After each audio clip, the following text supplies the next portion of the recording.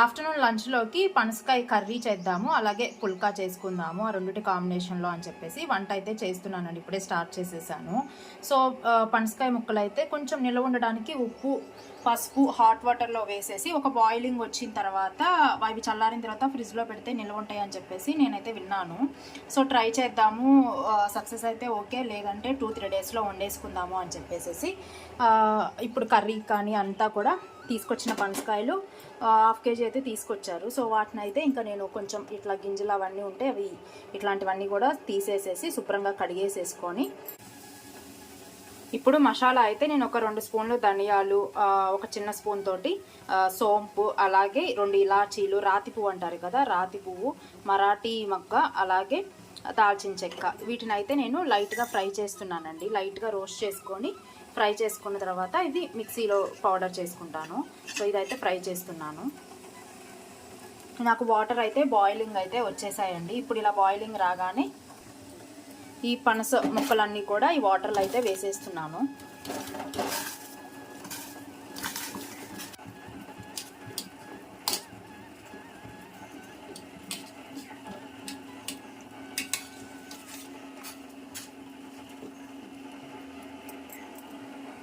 అలాగే గ్రేవీ కోసం అని చెప్పేసి జీడిపప్పు అయితే నానబెట్టేసి పెట్టుకున్నానండి.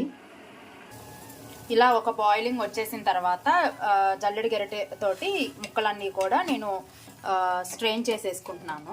స్టవ్ ఆఫ్ చేసేసుకొని ఈ ముక్కలన్నీ కూడా నేనైతే స్ట్రెయిన్ చేసేసుకుంటున్నానండి వాటర్ లేకుండా. ఇవి చల్లారిన తర్వాత ఫ్రిడ్జ్లో అయితే నేను ఇంకా ఎయిర్ టైట్ బాక్స్లో స్టోర్ చేసేసుకుందామని చెప్పేసి ఈ ప్రాసెస్ అయితే నేను చేస్తున్నాను. ఈ ముక్కలన్నీ కూడా ఇప్పుడు నేను కర్రీకి అయితే వాడను, నేను ఎంత అవసరమో కొంచెం వాడుకుంటాను అంతే.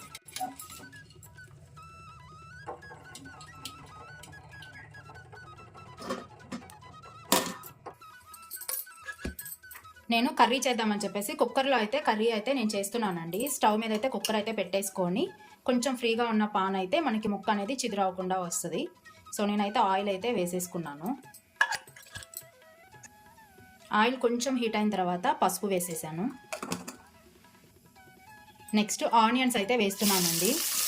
ఒక 2 ఆనియన్స్ అయితే మీడియం ఆనియన్స్ తీసుకొని కట్ చేసుకున్నాను. ఒక 2 ఆనియన్స్ కొంచెం సాఫ్ట్గా కుక్ అయ్యేంత వరకు నేనైతే ఫ్రై చేసుకుంటున్నాను.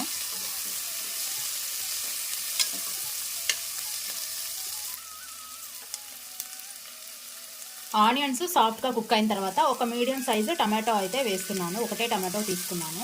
ఇది కూడా కొంచెం కుక్ అయ్యేంత వరకు ఫ్రై చేస్తాను.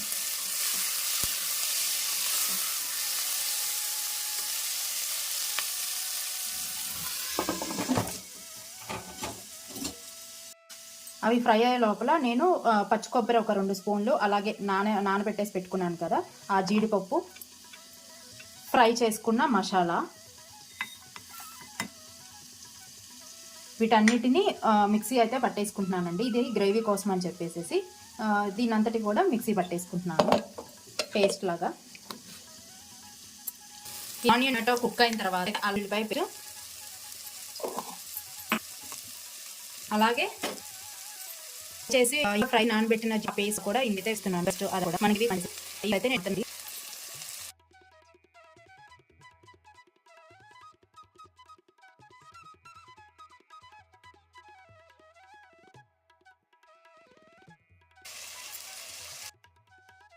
సాల్ట్, ఇప్పుడు అన్నిటిని ఒక్కసారి కలిపేసుకొని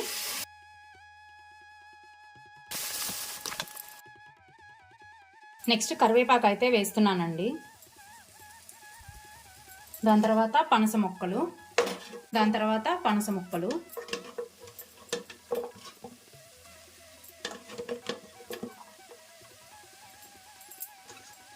పనస ముక్కలు వేసుకొని నిదానంగా అయితే కలిపేసుకుంటున్నాను.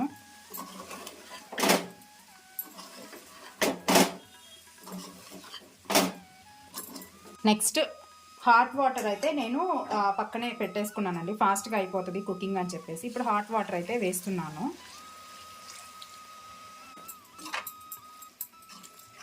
ఇక ఉప్పు కారాలు ఏమన్నా తగ్గితే అడ్జస్ట్ చేసుకొని నేనైతే లిడ్ అయితే విజిల్ అయితే పెట్టేస్తాను. విజిల్కి వాటర్ అనేది నేను చూసుకొని అడ్జస్ట్ చేసుకుంటున్నానండి. నిమిషాలు అన్నీ కరెక్ట్గా సరిపోయింది. ఇప్పుడు నేను ఎత్తేస్తున్నాను. కుక్కర్ ప్రెజర్ అంతా పోయిన తర్వాత ఇప్పుడైతే మూత అయితే తీస్తున్నానండి.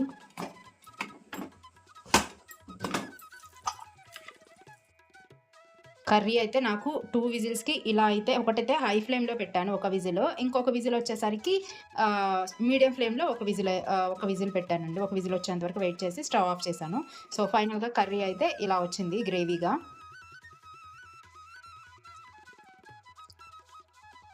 టేస్ట్ అయితే సేమ్ చికెన్ లానే ఉందండి. కొంచెం ఎక్కడో డిఫరెన్స్ తెలుస్తుంది కానీ ఆల్మోస్ట్ దగ్గరగా ఉంది. సేమ్ ఉందని నేను చెప్పట్లేదండి, ఆల్మోస్ట్ దగ్గరగా ఉంది. ఆ క్రేవింగ్స్ పోగొట్టుకోవడానికి అయితే మనకి చపాతీ చికెన్ అనేది అసలు అది ఎవర్గ్రీన్ కాంబినేషన్ కదా. సో ఆ ఫీల్ పోగొట్టుకోవడానికి అయితే సూపర్ అన్నమాట.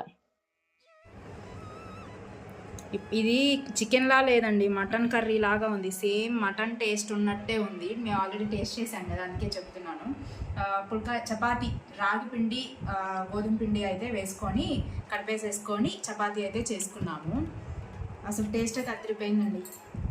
రొట్టి ముక్క కూడా సేమ్ మటన్ లాగా ఉందండి టేస్ట్ మాత్రం. ఏ బావా, చాలా బాగుంది. ఇప్పుడు లంచ్ అయితే ఇలా చేసేపోతున్నాము. ఎవరైనా సరే ట్రై చేయని వాళ్ళు ఉంటే డెఫినెట్గా ట్రై చేయండి.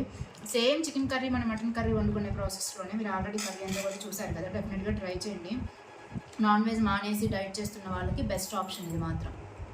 ఈరోజు నా వెయిట్ అయితే మీకు చూపిస్తానండి. ఒకసారి నా వెయిట్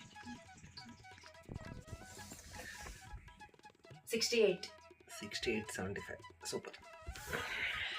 సూపర్. టుడే నా వెయిట్ ఆల్రెడీ వచ్చి 2 days అవుతుంది. ఈరోజు షూట్ చేస్తున్నాను. ఓకే.